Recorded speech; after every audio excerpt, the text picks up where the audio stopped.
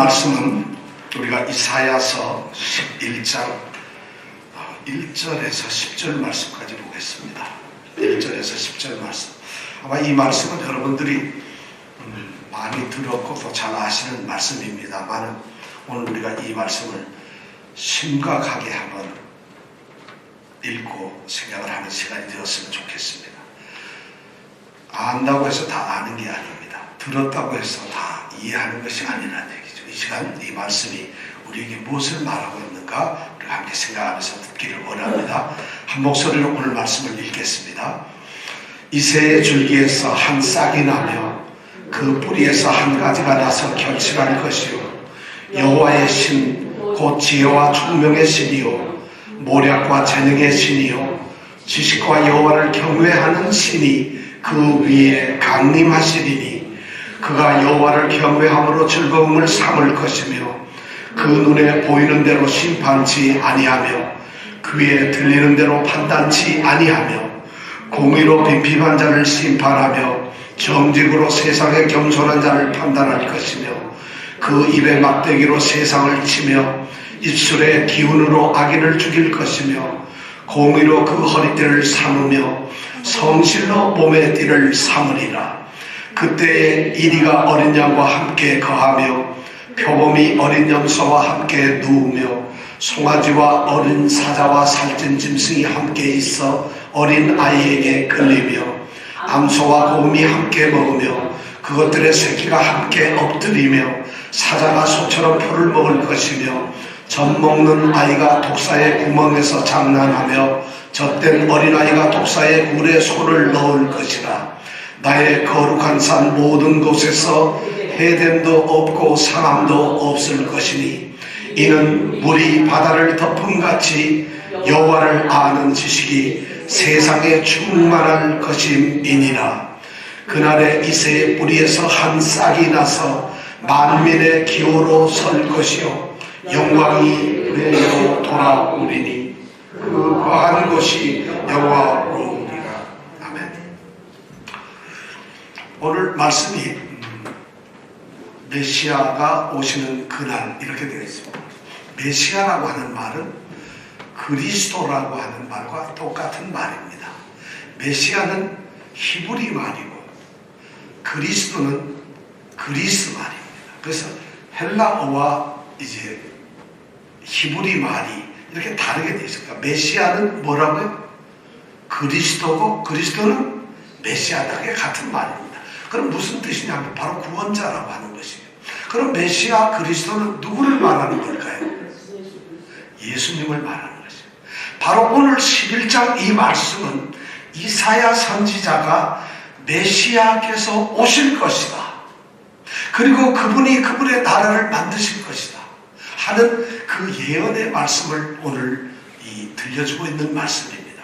여러분 11장을 지금 읽었는데 거기에서 이사야가 예언하고 있는 그 말씀의 의미를 여러분들이 눈으로 볼 수 있습니까? 혹시 귀로 들을 수 있나요? 이사야가 지금 예언을 하고 있어요. 예수님이 오실 것이다. 메시아가 오실 것이고 그분이 나라를 다스릴 것이고 그분이 나라를 세우실 텐데 여러분 그것이 오늘 말씀에서 10절까지 읽으면서 여러분들 눈에 그림으로 그려졌나요? 아니요. 난 무슨 말인지 어려워서 더 모르겠는데요. 오늘 말씀을 함께 생각하면서 이 놀라운 비전이 우리에게 보여지기를 간절히 원합니다. 이사야는 예수님이 오시기 전에 한 700년 전 사람입니다. 그러니까 기원전 8세기에 활동을 했던 선지자입니다. 그런데 그 사람이 바로 메시아 예수 그리스도가 700년 뒤에 그 사람은 700년이 될지 800년이 될지 5000년이 될지 몰랐을 텐데 자신이 지금 예언을 하는데 메시아가 온다는 것이에요. 근데 그 예언의 말씀이 700년 후에 이루어집니다. 놀랍지요. 점쟁이 하려면 이 정도 돼야 돼요. 예언을 하려면 뭐 잠시 1년 뒤에 일, 3년 뒤에 일이 아니라 언제일지 모르는 그 보통 미래에 대한 것을 예언을 한다는 것이 얼마나 중요한지 몰라요. 그런데 그 예언이 맞아떨어져요. 당대의 사람들은 모릅니다. 1년, 2년 뒤에 사람들도 모르지만 우리는 이 이사야는 우리보다 지금부터 2700여 년 전 사람이지만 우리는 그 이사야 선지자가 예언한 이사야서 11장의 예언이 이루어진 것을 우리는 눈으로 봅니다. 그리고 우리는 그것을 느낍니다. 우리 한국 역사로 말하면 고려시대 말에 어떤 사람이 예언을 했어요. 예를 들면 그렇습니다. 고려 말에 신돈이라고 하는 유명한 중이 있었는데 그 사람이 2019년 오늘의 일을 만약 예언을 했다고 해보세요. 정확히 700년 전에 그 사람이 이렇게 보면서 700년 뒤에는 사람들이 손에 뭘 다 들고 다니더라. 그리고 빙빙빙빙 소리가 나는데 그걸로 뭐 이상한 짓 다 하더라. 이걸 만약 여러분 예언했다고 해보세요. 엄청날 거 아니겠어요? 그렇죠? 그런데 바로 이사야 선지자가 메시아로서 예수 그리스도가 오신다는 것을 예언을 했다는 것이에요. 그런데 그것이 이루어졌다는 것을 우리 2000년 뒤에 우리가 지금 확인하고 보고 있다는 것이에요. 그러니까 이 11장의 말씀은 너무 중요한 말씀이에요. 그런데 이 말씀을 하기에 앞서서 이사야 선지자는 이사야 10장에서 먼저 이런 얘기를 합니다. 이스라엘 백성들에게 이스라엘 백성들이 죄를 지어요. 하나님을 잘 섬기지 않아요. 불법을 저지르고 범법을 합니다. 너무 타락해버렸어요. 그러니까 하나님께서는 자신이 세운 그 이스라엘 백성을 멸망을 시키기로 하나님은 계획을 세우셨어요. 그런데 그냥 하나님이 멸망을 시키는 것이 아니라 이스라엘이라고 하는 그 나라를 무너뜨리기 위해서 그것보다 북쪽에 있는 아수르라고 하는 강대국을 도구로 이용해서 쳐들어가서 무찌르도록 해버렸어요. 그래서 아수르를 통해서 이스라엘을 멸망시키려고 하는 것을 바로 이사야 10장에서 이사야는 그런 예언을 합니다. 이것은 금방 일어난 일이에요. BC 722년에 멸망을 했으니까 아마 이사야 동시대에 일어났던 사건입니다. 그런데 문제가 생겼어요. 이 아수르가 자신이 이스라엘 백성을 무찌르고 멸망시킨 걸 갖다가 생각을 하면서 자신이 뭔가 잘나고 힘이 있고 강대국이고 자신이 능력이 있기 때문에 이스라엘이라는 나라를 멸망시킨 걸로 교만해졌다는 것입니다. 하나님께서 그런 아수르를 보면서 안 되겠구나. 이 아수르가 교만하니까 이 도구로 사용된 아수르를 멸망을 시켜버리겠다. 하나님이 그렇게 또 계획을 세우셨어요. 그렇게 해서 그들이 멸망시키고 흩어버렸던 이스라엘 백성 중에 남아있는 자들 다 죽었고 끌려갔고 없어요. 근데 그렇게 흩어진 가운데서도 남아있는 이스라엘이 있다는 것이에요. 그들을 구원하시겠다. 위대한 이사야 선지자의 남아있는 사람들, 그 사람들이 누굴까요? 하나님을 열망하면서 하나님을 전적으로 믿는 사람들이에요. 이스라엘 백성이 전부 멸망했지만 그 남아있는 이스라엘 백성이 바다의 모래처럼 많지만 그 중에서 남아있는 사람만을 하나님은 아수르를 멸망시키고 구원하시려고 하는 거죠. 그래서 하나님께서는 이 아수르 제국을 멸망하신다는 이야기를 합니다. 그들을 마치 나무꾼이 삼림을 나무를 전부 도구로 쓸고 도끼로 찍어서 무너뜨리는 것처럼 그 아수르를 무너뜨리겠다고 하나님이 말씀을 하신 거예요. 그것이 바로 오늘 우리가 읽은 이사야서 11장 직전에 바로 10장 마지막 절 33절 34절에 말씀을 하고 있어요. 이렇게 기록이 되어 있어요. 주 만군의 여호와께서 혁혁한 위력으로 그 가지를 꺾으시리니 그 장대한 자가 꺾일 것이요 높은 자가 꺾으시리니 그 높은 자가 낮아질 것이며 출로 그 빽빽한 삼림을 베어버리시고 레바논이 권능 있는 자에게 착벌을 당하리라. 착벌이라는 것은 도벌해버린다. 완전히 없애버린다는 것이죠. 높은 것들, 그 강한 것들, 그리고 빽빽한 삼림들이 너무 우거진 것을 레바논의 백향목이 얼마나 뛰어납니까? 꼭대기로 높이 올라갑니다. 그리고 똑바로 자랍니다. 그리고 숲이 너무 아름답습니다. 그리고 빽빽한 숲입니다. 그러한 아수르를 레바논 백향목에 비유하면서 하나님께서 그것을 다 꺾어버리겠다는 것입니다. 그런 말씀을 10장에 하고 난 다음에 바로 이 11장에 예언을 합니다. 어떻게 그들을 없앨까? 누군가 메시아가 와서 누군가 강한 사람이 와서 그 대적자들을 없애야 될 것이 아닌가. 그 말씀의 예언으로서 오늘 11장 말씀이 하나님께서 메시아를 보내겠다, 구원자를 보내시겠다는 그런 말씀을 이사야 선지자를 통해서 예언을 하도록 하신 것입니다. 자, 장차 메시아가 오실 것이다. 그 오시는 메시아는 자기의 나라를 다스리시며 자기의 나라를 세우실 것이다. 그 분이 바로 이스라엘의 남은 자를 구원하실 것이다. 그렇다면 그 메시아가 누굴까요? 여러분, 누구겠어요? 여러분, 그 메시아가 누구겠어요? 우리는 예수님으로 알고 있어요. 자, 그러면 그분이 정말 예수님일까? 700여 년 전에 예수님의 오심을 예언한 그 메시아가 정말 예수님일까? 오늘 성경 말씀을 우리가 하나하나 보면서 아, 그렇구나, 그분이 바로 예수님이로구나 하는 그것을 발견하는 영적 눈이 밝아지는 놀라운 은혜가 있기를 축복합니다. 정말 우리 그렇게 됩니다. 자, 그분이 누굴까? 1절에 보면 얘기를 하고 있어요. 이새의 줄기에서 한 가지가 나며 그 뿌리에서 한 가지가 나서 뭘 한다고? 결실할 것이다. 열매를 맞을 것이다. 이새의 줄기, 이새의 뿌리에서 한 싹과 한 가지가 나는데 그것이 자라나가지고 뭐가 된다? 열매를 맺는다. 그렇게 예언자는 비유적으로 이야기를 합니다. 자, 메시아는 이새의 싹이며 이새의 가지라는 것이에요. 그렇다면 이새는 누굴까요? 이새는 우리가 잘 아는 다윗 왕이에요.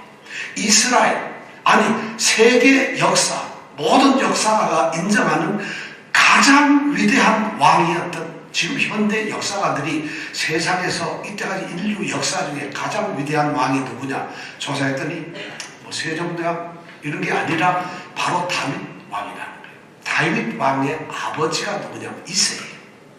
바로 그 이새의 줄기에서, 이새의 뿌리에서 싹이 나고 가지가 나서 열매를 맺는다. 그러니까 메시아는 이새의 후손인 다윗 왕의 계보를 타고나는 다윗 왕의 후손일 것이다. 이렇게 선언을 하는 거예요. 실제로 예수님은 아브라함과 다윗의 자손으로 오셨다고 마태복음 1장 1절에 얘기를 하고 있습니다. 그런데 가만히 보면 다윗 왕의 후손이 메시아일 것이다, 이렇게 말을 하면 될 텐데 오늘 말씀을 보니까 다윗의 싹, 다윗의 가지라고 말을 하지 않고 그 아버지인 이새의 싹이며 가지라고 말을 하고 있다는 것입니다.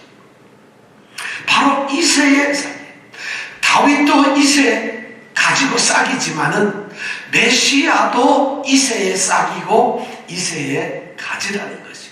그러니까 메시아는 다윗과 같은 왕이긴 하지만 다윗과 같은 왕이 아니라 또 다른 다윗과 같은 왕이고 또 다른 제2의 새로운 왕으로 오신다는 것을 우리에게 얘기를 하고 있습니다. 그래서 다윗의 후손이라는 말을 쓰지 않고 이 이사야 선지자는 이새의 후손이라는 말을 씁니다. 물론 다윗의 후손이긴 하지만 이새의 후손으로서 다윗과 다른 왕으로 오신다는 것을, 예수 그리스도가 바로 그런 분이라는 것을 우리에게 이야기를 해주고 있어요. 예언을 하고 있어요. 그런데 그 예언자가 누구냐 하면, 우리는 아까 제가 말씀드렸습니다만 이사야서 10장 마지막 절에 보면 레바논의 그 빽빽한 산림을 다 하나님이 작벌하신다고 했는데, 그런데 오늘 1절에 보니까 그 오시는 메시아가 바로 이새의 줄기와 뿌리에서 나오시는 분이라는 것을 이야기를 하고 있어요. 여러분, 이 말씀을 이렇게 들으면은 이새의 줄기, 이새의 뿌리, 아무런 생각이 없이 혹시 들을지 모르겠어요. 오늘 너무 이게 중요한 말씀이에요. 줄기라고 하는 말, 여기서 이새의 줄기라고 하는 이 줄기라는 말은 뭐냐면 나무를 톱으로 쓸어내버렸어요. 나무를 쓸어내면 밑에 뭐가 남나요? 뭐가 남죠? 네? 뭐가 남아요?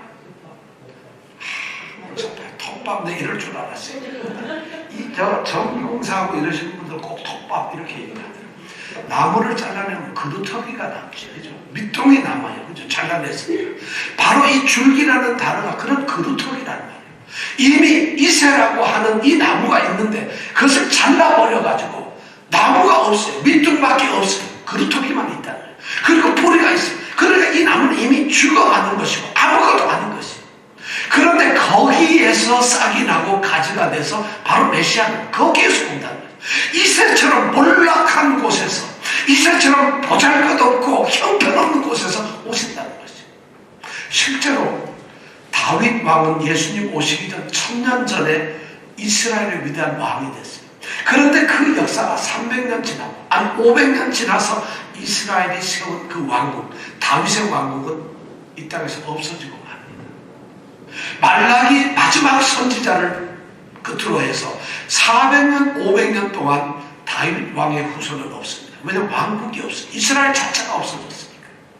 그렇다면 이새라고 하는 다윗의 왕의 계보를 잇는 그 사람들조차도 뿌리채 없어져 버린 무너진 사람들이 바로 그렇게 허물어지고 이 땅에서 없어진 것 같은 이새의 그 그루터기에서, 그 뿌리에서 싹이 난다는 거죠. 우리 메시아는, 그리스도는 바로 그렇게 오신다는 것이에요. 실제로 예수님은 그렇게 오셨어요. 예수님이 태어나신 곳은 베들레헴이에요. 베들레헴은 이새와 다윗이 아직 왕이 되기 전에 살던 그들의 고향이에요. 이새는 거기에서 양을 치는 사람이에요. 다윗은 8번째 아들로 양치는 목동이었어요. 바로 예수님께서는 그 이새가 살고 있는 베들레헴에서 태어나셨어요. 그리고 보잘것없는 나사렛이라고 하는 형편없는 그런 마을에서 성장하셨어요. 예수님은 바로 이새의 그루터기에서 없어진 그런 곳에서 태어나신 후손이십니다. 그것이 바로 메시아라는 거예요. 오늘 메시아의 이 기쁜 소식은 고난받고 힘들고 지치고 상처받고 쓰러지고 정말 소망이 없어 절망으로 변해버리고 기쁨이 고통과 괴로움으로 변해버리는 가장 참혹한 그 순간에 메시아가 오신다는 것이에요. 바로 예수 그리스도가 그렇게 오셨다는 것을 이 1절은 얘기해 주고 있어요. 바로 그렇게 예수님은 오셨습니다. 그렇다면 그 예수님은 어떤 능력을 가지고 있을까요? 그렇게 이새의 줄기 뿌리에서 나온 가지로서 그 메시아는 도대체 그런 메시아가 무슨 능력이 있으며 무슨 권위가 있겠는가 하는 것이, 그것이 바로 대답이 2절에 나와 있습니다. 2절 한번 같이 읽어보겠습니다. 시작. 여호와의 신 곧 지혜와 총명의 신이요谋略과 재능의 신이요 지식과 여호와를 경외하는 신이 그 위에 강림하시리니. 여기서 여호와의 신이라고 하는데, 신이라는 말은 여호와께서 신으시는 신발이라는 말이 아닙니다. 뭘까요? 신이라는 게 뭘까요? 여호와의 신인데 신이 뭘까요? 영이라는 말이에요. 영. 우리가 그래서 성령, 성신 같은 말이에요. 그러니까 신이란 영이에요. 하나님의 영이 그 위에 강림하십니다. 이 메시아가 왔는데, 그렇게 보잘것없는 곳에서 태어나신 이 메시아가 능력과 권능을 갖기 위해서는 그냥 있는 것이 아니라 하나님께서 하나님의 영을 그 위에 부으셨다는 것이죠. 그래서 하나님의 그 능력을 그 메시아가 갖게 되었다는 것이죠. 바로 예수님께서는 바로 그런 분이지. 메시아인 예수님께서는 성령으로 잉태가 되셨어요. 성령으로 세례를 받으셨어요. 성령으로 기름 부음을 받으셨어요. 그리고 성령의 이끌림을 받으시면서 시험까지 당하셨고 성령의 충만하심을 입었고, 그래서 성령의 권능으로 그분은 사역을 하셨던 분이에요. 예수님은 전적으로 바로 이 메시아는 하나님의 영으로, 사람의 성령으로서 그의 능력을 가졌던 분이에요. 사랑하는 제자들에게 떠나면서 하나님의 성령을 주셨던 분이에요. 그리고 남아있는 사랑하는 제자들과 예수님을 믿는 모든 사람들, 우리에게조차도 하나님의 성령을 보내주십니다. 바로 예수님은 하나님의 영을 받으신 메시아라. 어쩌면 메시아, 이미 이사야가 그런 예언을 하고 있어요. 오시는 메시아는 바로 예수님인데 하나님의 성령을 받으십니다. 그런데 그 하나님의 성령을 오늘 2절에 보니까 여러 가지로 묘사를 하고 있어요. 지혜와 총명의 성령이다. 지혜와 총명, 하나님의 나라를 다스리기 위해서 꼭 필요한 지혜와 총명을 가지신 분이라는 거예요. 그 다음에 뭐예요? 모략과 재능을 가져요. 이건 군사적인 의미, 작전을 세우고 그것을 추진하는 강력한 어떤 힘과 능력을 가지고 있다. 하나님의 나라를 다스리기 위해서 그분은 합당한 뜻을 세우셨고 그 하나님의 나라를 세우며 다스리기에 충분한 권능, 재능을 가지고 계시는 거예요. 바로 그런 것이죠. 그 다음에 또 뭘까요? 지식과 여호와를 경외하는 신. 그렇습니다. 그분은 하나님을 알게 하는, 그리고 하나님을 경외하고 찬양하고 예배하는 그 하나님을 알리는 그 지식을 이 땅에 우리에게 주시고 있어요. 예수님 스스로는 바로 하나님, 아버지를 나타내시기 위해서 오셨다고 말씀을 합니다. 그래서 지식과 여호와를 경외하는 신이 바로 그 모든 것을 통틀어서 하나님의 성령이라고 하는데 그것이 그 위에 강림하셨다고 이렇게 얘기를 하고 있어요. 바로 메시아 예수님, 그분은 성령으로 능력을 가지신 분이라는, 이걸 이사야가 지금 예언을 하고 있습니다. 700년 전에 메시아 예수가 바로 그런 분이라는 것이에요. 자, 그렇다면 우리가 궁금한 게 있어요. 정말 그랬을까? 바울 사도는 메시아인 예수님에 대해서 증거를 했죠. 우리가 배운 골로새서에 보면, 골로새서 2장 3절에 보면 그 안에는 지혜와 지식의 모든 보화가 감추어 있다. 그 안에, 그분 예수님 안에 그런 것이 감추어져 있다고 선언을 했어요. 또 골로새서 2장 9절에 보면 예수님 그분 안에는 신성의 모든 충만, 영적인 모든 충만함이 육체로 거하셨다, 이렇게 얘기를 하고 있어요. 바울은 그렇게 우리에게 증거를 하고 있어요. 메시아인 예수님, 그리스도인 예수님을 증거하고 있어요. 자, 그 다음에 우리가 또 알 수 있는 것이 뭘까요? 자, 그렇게 이새의 후손으로 오셔서 하나님의 영을 받은 그 권능을 가진 메시아는 그럼 오셨으면 이 나라를 다스려야 될 텐데, 이 땅에 와서 메시아로서 어떤 역사를 하고 통치를 해야 될 텐데, 그분이 가지고 계시는 그 통치의 철학, 통치 방법, 통치의 그 사역의 방법은 도대체 어떤 것인가? 그것조차도 이사야 선지자는 오늘 지금 예언을 하고 있어요. 그것이 바로 3절부터 5절까지 예언을 하고 있습니다.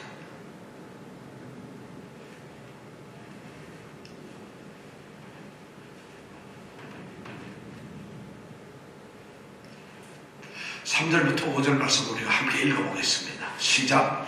그가 여호와를 경외함으로 즐거움을 삼을 것이며 그 눈에 보이는 대로 심판치 아니하며 귀에 들리는 대로 판단치 아니하며 공의로 빈핍한 자를 심판하며 정직으로 세상에 겸손한 자를 판단할 것이며 그 입에 막대기로 세상을 치며 입술의 기운으로 악인을 죽일 것이며 공의로 그 허리띠를 삼으며 성실로 몸의 띠를 삼으리라.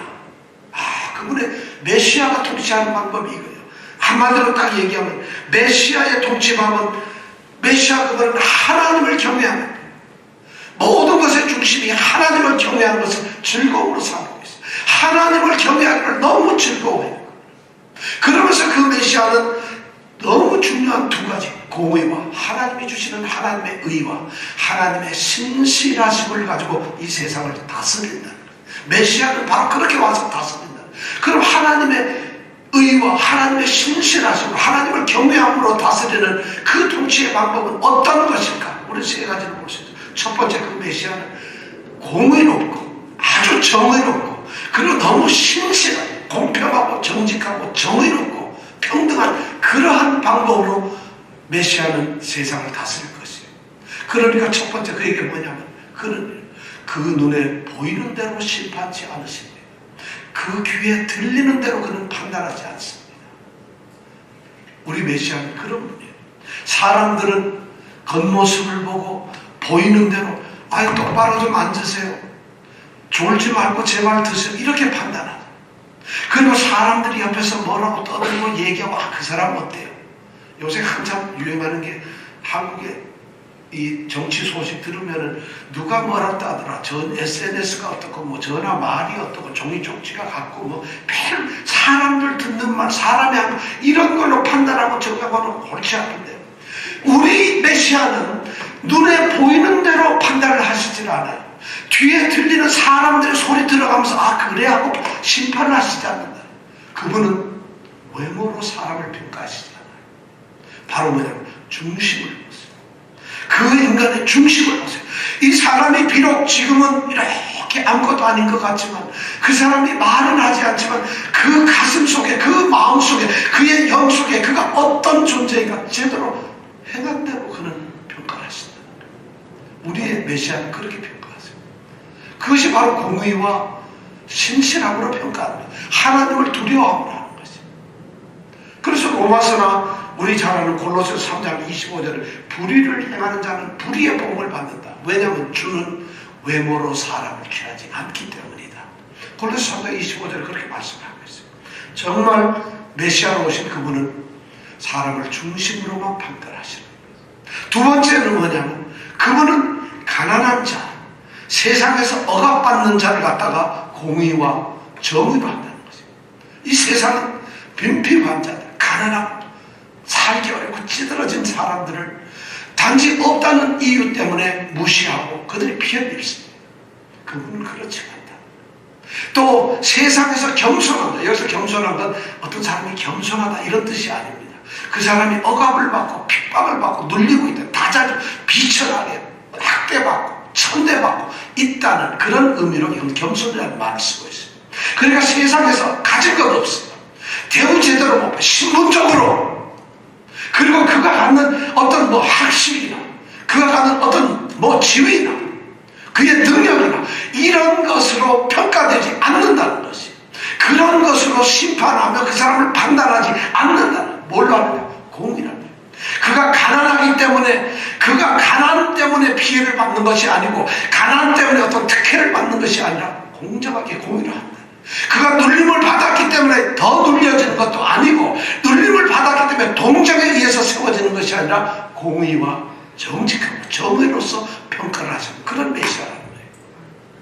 세상은 얼마나 다른지 모르겠어요. 제가 요새 신문에 보면서 요새 한국의 수능 시험이 만점이 몇 점이죠? 수능이. 그 어떤 저 진주에 있는 어떤 학생이 너무 가난한데 사회적 배려 차원에서 김해 외국어고등학교를 들어가서 입학할 때 127명 중에서 126등을 했어요. 그런데 3학년 고등학교 1학년 들어갈 때 그랬는데 3학년 되고 이번 수능 시험한테 만점을 맞았어요. 꼴등. 야, 그런 기사가 나와요. 사람들은 그런 것을 보면서 이야기를 합니다. 우리는 그 사람이 부러워요. 손흥민이가 어제 무슨 80m를 혼자 달려서 골 넣어서 우리는 찬양을 해요. 하나님 앞에서는 그 사람이 가진 능력으로 평가하는 것이 아니라는 겁니다. 모든 사람들이 다 존귀한 것이 부모님 여러분 하나님 메시아의 왕국에서 그렇게 평가한다는 거죠. 왜 가진 것이 없는 사람, 왜 내가 축구를 못한다고 내가 왜 무시를 받아야 돼? 내가 공부를 못하는 것이 무슨 문제가 있겠어요? 내가 가진 것이 가난하다는 것이 도대체 무슨 문제겠어요? 하나님은 한 사람 한 사람 창조된 그 피조물이 공평하고 아름답게 그 사람 고유의 모습으로 하나님은 인정하신다는 것입니다. 공의로 판단하십니다. 우리는 이미 세상에 잘못된 것, 드러난 것, 보이는 것, 보는 것, 가진 것, 이루어진 것 이런 것으로 평가를 하는데 우리의 메시아는 하나님의 나라에서는 그런 평가가 없다는 것이에요. 전부 다 존귀한 성도들이에요. 한 분 한 분. 그런데 교회 안에서조차 그런 것이 평가되고 있다면 슬픈 일이죠. 바로 메시아는 공의로 빈핍한 자를 심판치 아니하며 정직으로 세상에 겸손한 자를 판단할 것이라고 이렇게 선언을 하고 있다는 것이죠. 이것이 바로 누구냐? 메시아께서 우리를 대하는, 우리를 다스리는 방법이라는 것이죠. 그래서 교회는 모든 것이 평등해야 되는 거죠. 그래서 주님께서는 나사렛에서 회당에 들어가서 가르치실 때 이렇게 말을 했어요. 내가 포로된 자에게 자유를 주겠다. 눈이 먼 자에게 다시 볼 수 있게 하겠다. 그리고 눌린 자를 다시 자유를 주겠다. 그래서 내가 이 은혜의 축복의 해를 갖다가 그들에게 선포하겠다. 누가복음 4장 18절에서 그렇게 말씀하고 계세요. 바로 메시아는 그렇게 오신 분이에요. 그것을 지금 이사야 선지자가 700여 년 전에 이스라엘 백성들에게 남은 자들, 어떻게 보면 아수르의 핍박 속에서 끌려가고 정말 형편없이 사는 그들에게 이런 위로의 말씀을 던져주고 있다. 그것이 메시아이세요. 그런데 우리는 그 메시아를 지금 누리고 있다는 것이죠. 얼마나 축복이 인상 펴시죠. 가슴을 펴고 어깨를 펴시죠. 하나님 우리 자신을 여러분 사과, 감, 배가 있는데 사과가 더 좋은 겁니까? 배가 더 좋은 겁니까? 하나님 앞에서 그냥 다를 뿐이에요. 어느 것이 좋은 게 없어요. 나는 이것이 맞을 뿐인 것이지 이게 더 좋다 나쁘다가 없어요. 어떤 사람이 키가 크기 때문에 좋고 키가 작기 때문에 나쁜 게 아니에요. 어떤 사람이 잘생겼기 때문에 좋은 것이 못생겼기 때문에 나쁜 것도 아니에요. 그건 그냥 단지 그 사람일 뿐이에요. 하나님의 나라는 그렇게 공의와 정말 신실함으로 평가가 된다는 것이 우리 그런 것이 소망이잖아요. 그 다음에 세 번째 바로 이 메시아가 통치하는 방법 아주 공의와 이건 뭐냐면 메시아는 오늘 4절 말씀에 보니까 뭐라고 되어 있느냐 이렇게 되어 있어요. 그 입의 막대기로 세상을 치며 입의 기운으로 아기를 죽일 것이라고 말씀해요. 입의 막대기, 입술의 기운 이것이 뭘까요? 하나님의 말씀이에요. 그 입의 막대기는 메시아의 입으로부터 세상을 치기 위해서 나오는 말씀이에요. 그 입술의 기운이라는 말 뭐냐? 그 말씀이 주시는 능력이에요. 그것으로서 세상을 정죄합니다. 그것으로 말씀으로서 세상을 판단합니다. 말씀으로 메시아는 말씀을 선포하시고 말씀을 가르치시고 말씀으로 이 세상을 세우십니다. 그래서 남은 자들에게 말씀으로 온전하게 세우십니다. 악인들 잘못된 자들을 말씀으로 하나님께서는 이 메시아는 심판을 하신다는 것입니다. 그것이 바로 이 메시아의 통치 방법이에요. 세상을 다스리는 자신의 나라의 방법. 이것을 이사야 선지자가 지금 예언을 하고 있어요. 놀랍게도 우리는 예수님을 통해서 그것이 이루어진 그 예언이 이루어진 것을 보게 됩니다. 자, 그렇다면 이세의 후손으로 하나님의 영을 받고 공의와 신실함으로 세상을 다스리시는 그 장차 오실 메시아, 그 왕국은 그럼 어떻게 세워질까? 그 왕국의 모습은 뭘까? 우리는 그분이 만약 메시아라면 그분이 세우는 나라, 그분이 이룩하는 그 나라는 어떤 모습일까? 오늘 말씀 6절에서부터 8절까지 있는 말씀이에요. 그것이 바로 어떤 나라일까? 궁금하잖아요. 그 메시아가 오면 세상은 어떻게 달라질까? 그 메시아가 오는 궁극적으로 메시아가 다스리는 그 나라는 어떤 모습일까요? 오늘 말씀해 보니까 하나님을 경외하며 하나님의 의와 신실함을 다스리는 왕국은 한마디로 말하면 에덴의 회복입니다. 새로운 에덴이다. 하나님이 제일 처음 인류 최초로 창세기 1장부터 하나님께서 세상을 만드시고 세상에서 에덴 동산을 만드셨던 것처럼 그리고 만들어 놓고 하나님께서 보기에 너무 아름답다 너무 좋다고 그렇게 하나님이 말씀하셨던 그런 에덴이 다시 회복되는 거예요. 그것을 새 예루살렘이라고도 합니다. 거기에는 평화가 있습니다. 거기에는 조화가 있습니다. 거기에는 안식이 있습니다. 거기에는 모든 것이 회복되고 모든 것이 기쁩니다. 모든 것이 즐겁습니다. 거기에는 더 이상 다툼이 없어요. 거기에는 너무 아름다운 것입니다. 이사야 선지자는 지금 메시아가 세워질 그 왕국의 모습을 눈으로 보고 있어요. 그 보고 있는 모습을 그런 한 폭의 그림처럼 오늘 6절에서부터 8절까지 그 모습을 그려내고 있다는 것입니다. 어떤 모습일까요? 한번 같이 6절부터 8절 한번 읽어볼까요? 시작. 그때 이가 어린 양과 함께 가며 표범이 어린 염소와 함께 누우며 송아지와 어린 사자와 살찐 짐승이 함께 있어 어린아이에게 들리며 암소와 곰이 함께 먹으며 그것들의 새끼가 함께 엎드리며 사자가 소처럼 풀을 먹을 것이며 젖먹는 아이가 독사의 구멍에서 장난하며 젖된 어린아이가 독사의 뚜에 손을 넣을 것이라. 참 슬프고 가슴이 아프네요. 지금 이사야는 감격의 말로 메시아가 세우는 아름다운 왕국을 지금 그림처럼 그리고 있는데 이것을 읽는 우리는 아무런 감동이 없어요. 무슨 말인지도 모르면서 지금 읽고 있어요. 그 왕국이 우리한테 와닿질 않아요. 도대체. 왜 그럴까요? 이게 무슨 말이에요, 여러분? 그림이 그려지나요? 집사님, 그림이 그려지세요? 우리는 이 왕국에 대한 꿈이 없어요. 놀라운 얘기죠. 로마서 8장 18절부터 25절에는 피조물들이 하나님의 아들 예수 그리스도가 오고 하나님의 아들이 회복되는 그날 이 땅의 마지막 재림하신 예수님에 의해서 새로운 세상이 이루어질 때는 피조물도 그 썩어짐의 종노릇한 데서 해방이 되어가지고 하나님의 아들의 영광스러운 그 자유에 함께 들어간다고 되어 있어요. 그런데 지금 이사야 선지자는 그러한 피조물의 세계들, 동물들의 세계가 어떻게 달라졌는가, 에덴에서의 그 동물들의 세계가 어땠는가를 지금 우리에게 그림으로 그려주고 있다는 것입니다. 놀랍죠? 그때 이리가 어린 양과 함께 살고 있어요. 이리라는 놈이 어린 양하고 함께 살고 있어요. 말이 됩니까? 이리는 어린 양을 보면 어떻게 해야 돼요? 잡아먹어야 돼요. 최소한 못 살게라도 그래야 돼요. 근데 그 이리가 어린 양과 함께 살고 있어요. 표범이라는 놈이 어린 염소하고 어떻게 함께 엎드려 뒹굴고 있어요. 같이 장난치고 놀고 있다는 거예요. 같이.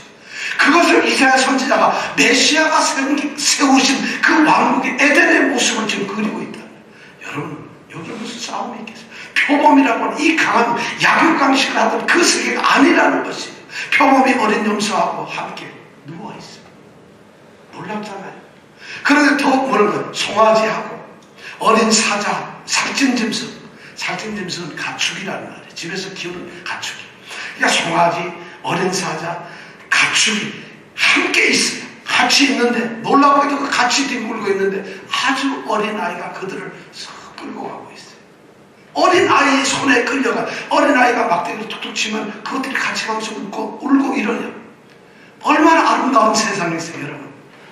암소가 있어요. 근데 이 암소가 곰하고 같이 먹고 앉아있어요. 막 한 그릇 통해서 어디 감히 암소가 곰하고 같이 먹어요? 죽지. 근데 그들이 같이 먹고 있어요. 그것이 가능할까요, 여러분? 그리고 암소하고 곰이 같이 먹고 있는데 암소 새끼, 곰의 새끼가 그 새끼들이 그 앞에 함께 엎드려가지고 엄마 나 좀 주시오 하고 같이 보고 있다는 거예요. 싸움이라는 게 없어요. 이렇게 평화로운 나라예요. 더 놀라운 게 있어요. 사자가 소처럼 풀 뜯고 앉았어요. 사자는 뭘 먹어야 되나요? 사자는 말이죠. 예배 시간에 졸거나 딴 생각하는 사람을 잡아먹어야 되는데, 사자는 동물을 먹고 육식동물인데 사자가 소처럼 뭘 먹어 있어요? 풀 뜯고 앉았어요. 소처럼. 그럼 같이 뜯는 거예요. 이게 가능할까요? 하나님이 창조하신 에덴 동산은 사람도 채소와 열매만 먹게 되어 있었어요. 짐승들도 육식을 하는 것이 아니라 전부 풀을 먹게 되어 있었어요. 그것이 창세기에 보면은, 창세기 3장까지 나오는 말씀에 보면 그것이 하나님이 창조하신 나라예요. 모든 피조물들은 채소나 과일만 먹게 되어 있어요. 그런데 인간들이 타락하고 노아의 홍수로서 그들이 심판을 받고 난 후에 하나님께서는 비로소 창세기 8장 9장에 나아가서 너희들이 육식을 해라, 짐승들 고기를 먹어라, 이렇게 허락을 하십니다. 고기를 먹는 건 여러분 타락의 결과입니다. 여러분 고기 많이 드세요. 힘껏 먹으세요. 채식주의자가 그럼 죄가 없는 거냐? 그건 아니에요. 바로 지금 그런 모습을 그려주고 있는, 창세기에 하나님이 창조하신 그 에덴의 모습, 세상에 암소하고 곰이 먹는데 지금 뭘 먹고 있을까요? 여러분 생각에는 고기를 먹고 있을까요? 채소 뜯고 있어요. 과일 먹고 있어요. 열매를 먹고 있어요. 근데 사자가 옆에서 또 소처럼 풀을 뜯고 있어요. 더 놀라운 것은 젖 먹는 아이가 독사의 구멍에서, 장난하죠, 독사가 들어가는 구멍이 있는데 그 앞에서 놀고 앉았어요. 젖 먹는 어린 아이가. 얼마 창세기 3장에 보면 뱀이 아담과 하와를 유혹하면서 범죄하게 만들어요. 이제 이 새로운 메시아가 세우는 세상은 저주가 없는 세상이에요. 어린 아이가 독사처럼 무서운 그런 뱀의 바로 그 구멍 앞에서 놀고 있어요. 젖된 어린 아이가 금방 젖을 뗐으니까 아주 어린 애죠. 그게 독사의 굴에다가 뭘 넣어요? 손을 쏙 집어. 무서워. 그런 것이 없다는 거예요. 이 세상이 바로 뭐예요? 6절부터 8절까지 바로 그런 메시아의 세계가 이루어지고 있다. 메시아가 오시면 그런 나라, 우리가 가는 하나님의 나라, 우리가 다시 돌아갈 영원한 새 예루살렘 천국의 나라는 바로 그런 세상이 회복된다는 것이에요. 이것이 바로 이 이사야서 11장의 말씀입니다. 여러분, 이것이 이제 말씀을 들어보니까 다 그려지나요? 그려지나요? 안 그려지나요? 메시아가 와서 세우는 그 왕국은 이제 더 이상 위험이 없어요. 더 이상 적대 관계도 없어요. 더 이상 약육 강식의 그런 것도 없어요. 적자만 살아남는 적자 생존의 원칙도 없어요. 더 이상 긴장을 할 필요가 없어요. 더 이상 서로가 갈등을 할 필요도 없어요. 고통을 느낄 필요도 없어요. 서로가 서로에게 폭력을 행할 필요가 없어요. 이제 더 이상 짐승을 먹지 않으니까 피 흘림도 있을 수 없어요. 아무것도 없어요. 바로 그러한 아름다운 나라가 세워진다는 것이, 이것이 하나님의 나라예요. 그런데 놀랍게도 이사야 선지자는 그런 예언을 하면서 이제 9절 10절에 너무 놀라운 말씀을 합니다. 9절 10절 한번 우리 같이 읽어볼까요? 시작. 나의 거룩한 산 모든 곳에서 에덴도 없고 상함도 없을 것이니 이는 물이 바다를 덮음같이 여호와를 아는 지식이 세상에 충만할 것임이니라. 그날에 이새의 뿌리에서 한 싹이 나서 만민의 기호로 살 것이요 열방이 그에게로 돌아오리니 그 거한 것이 영화로우리라. 여러분, 이 말씀을 읽고서 또 아무런 그림이 안 그려져요. 도대체 이게 뭔 말인지를 몰라요. 그러니까 우리가 하나님 말씀 천번을 읽으면 뭐하겠어요? 교회를 그렇게 나옵니다. 지금 이 말씀을 여러분 들으니까 11장 1절부터 8절까지 여러분 그림이 다 그려졌을 줄 알아요. 메시아의 나라가 어떤가. 자, 그런데 9절부터 10절 더 엄청난 얘기를 하고 있어요. 장차 오실 그 메시아가 나의 거룩한 산. 갑자기 말씀이 나의 거룩한, 내 거룩한 산이라고 얘기해요. 나의 거룩한 산 모든 곳에서 나의 거룩한 산이라는 게 도대체 뭘까요? 구약에서 보면은, 이 구약 그 당시 시대에 보면은 하나님이 거하시는 예루살렘 성전이 서 있는 그 시온산이 뭐냐? 하나님께서 말씀하신 나의 거룩한 산. 예루살렘 성전이 서여 있는, 바로 예루살렘에 있는 그 시온산이라고 하는 그 산을 하나님께서는 거룩한 산이라고 이름을 붙이셨어요. 그리고 모든 이스라엘 백성들은 시온산을 향해서 거룩한 산, 여호와의 산이라고 이름을 붙였다는 것이죠. 그렇다면 지금 하나님이 말씀하시는 나의 거룩한 산, 이 시온산이라는 것은 새로운 하나님이 계시는 성전이며, 그것은 하나님이 거하시는 새 하늘과 새 땅이 되는 새 예루살렘일 거라는 것이. 그런데 거기에는 더 이상, 바로 하나님이 계시는 성전에는 더 이상 에덴도 없다.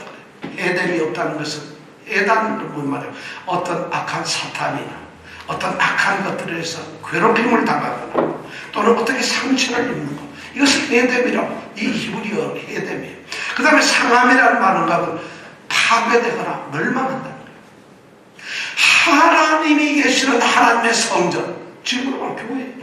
교회는 결코 핍박을 당하거나 괴롭힘을 입거나 상처를 입거나 파괴되거나 멸망하지 않는다는 것이, 결코 그런 것이 나의 거룩한 것, 모든 곳에서, 모든 교회는, 모든 하나님의 성전에서는 더 이상 괴롭힘도 멸망도 쓰러짐도 없다는 것입니다. 왜 그럴까요? 물이 바다를 덮음같이 여호와 하나님을 아는 지식이 세상에 충만하기 때문에 그렇습니다. 하나님을 알기 때문에 그렇습니다. 하나님을 아는 것 때문에 그런 일이 일어난다는 것이, 하나님을 아는 것, 그것이 마치 물이 모든 것이 바다로 전부 다 흘러들어서 바다에 물이 넘치는 것처럼 여호와를 아는 지식, 그것이 있으면 그런 일이 없다는 것이. 뭐가 문제였을까요? 하나님의 말씀에 무지함, 말씀이 없거나 말씀이 무지한 것이 이러한 문제를 가져왔다는 것이, 하나님에 대해서 무지. 무슨 여러분, 하나님 아세요? 이 무지라는 것은요, 하나님에 대한 지식, 하나님은 신이다, 기독교가 섬기는 하나님이다, 이걸 말하는 게 아니에요. 지식이라는 그런 거죠. 지식은 아는 것이, 여기서 안다는 것은 그분을 경외한다는 거죠. 그분을 사랑한다는 거죠. 그분을 존경한다는 거죠. 그분과 가까이 하고 그분을 기뻐하고 그분을 즐거워한다. 안다는 것은 서로가 깊은 관계를 갖는다는 것입니다. 여호와를 아는 지식이란 하나님과 깊은 관계를 갖는 것입니다. 단순한 지식적 차원이 아니라 그것을 넘어서 히브리 말의 이 안다는 단어는 부부 사이에 둘만의 은밀한 것이라는 것입니다. 그것이 안다는, 너 알아, 이 얘기는 바로 그런 의미를 얘기하고 있다는 거죠. 여호와를, 하나님을 아는 것, 하나님과 가장 친밀하게 그분과 동행하는 그런 것이 있을 때, 그런 것이 있을 때 하나님의 교회는 문제를 세워질 것이라는 것. 놀라운 얘기를 합니다. 그래서 하박국 선지자는 그렇게 얘기하죠. 대저 물이 바다를 덮음같이 여호와를 인정하는 것이 온 땅에 채워질 것이라. 이런 일이 일어난다는 거죠. 바로 이 교회가 그렇다는 거예요. 그러면서 10절에 분명하게 그 교회에 대한 이야기를 합니다. 그날에, 바로 그날에 이새의 뿌리에서 한 싹이 난다. 바로 메시아가 나는데 그 메시아는 예수 그리스도예요. 그분이 무슨 이냐? 만민의 기호로 설 것이다.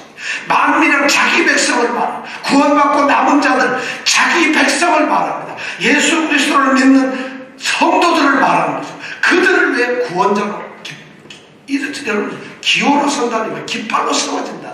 구원자로서 그 이름이 높여진다는 것이 어디서? 교회 안에서 그런 일이 일어난다는 거죠.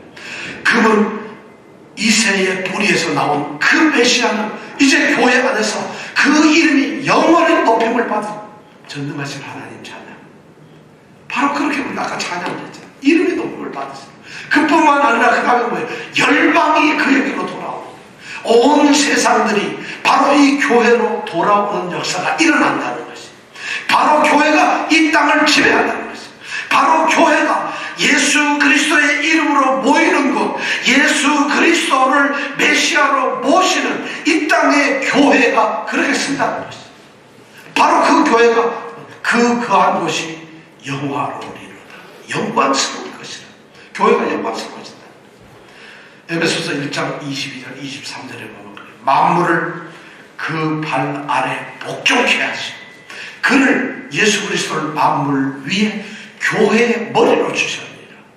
교회는 그의 몸이니 만물 안에서 만물을 충만케 하시는 자의 충만이니라. 교회가 그렇다는 것이죠.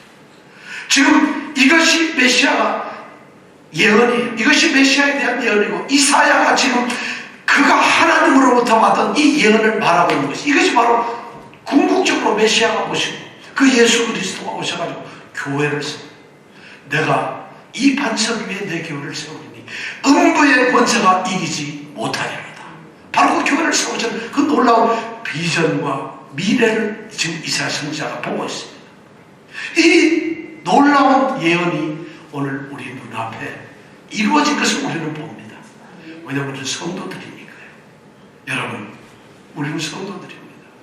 오늘 이사야는 우리가 보고 있는 예수님이 오셨고 그분이 공의와 신의로 신실하심으로 다스리며 그분이 세우시는 나라의 모습이 어떻게 될 것이며 그 메시아인 예수 그리스도께서 이제 곳곳에 자신의 몸인 교회를 세우시고 그분이 이름의 높임을 받으시며 모든 사람들이 교회로 몰려들며 예수님이 계시는 하나님의 거하신 처소인 그 교회가 영화로운 것이 되는 것을 이사야는 보지 못하지만 오늘 성도에 우리는 보고 있습니다.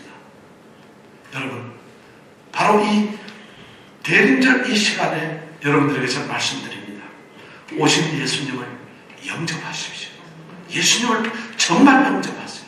그리고 다시 재림하시고 오실 그 예수님을 기다리면서 이 영광스러운 교회에서, 여러분들 이 영광스러운 교회를 보면서 이제 아까 우리가 말했던 새롭게 지어지는 그 놀라운 하나님의 새 에덴, 새 예루살렘, 이리가 어린 양과 함께 뒤묻는 것, 사자가 소처럼 풀을 뜯는 것, 어린아이가 독사의 굴에 손 돋는 것, 그 앞에서 노는 이러한 세계를 꿈꾸면서 영원한 천국을 꿈꾸는, 그리고 그 천국을 소망하고 사랑하고 바라보면서 이 땅에서 신실한 성도로 살아가는 여러분들이 되시기를 원합니다.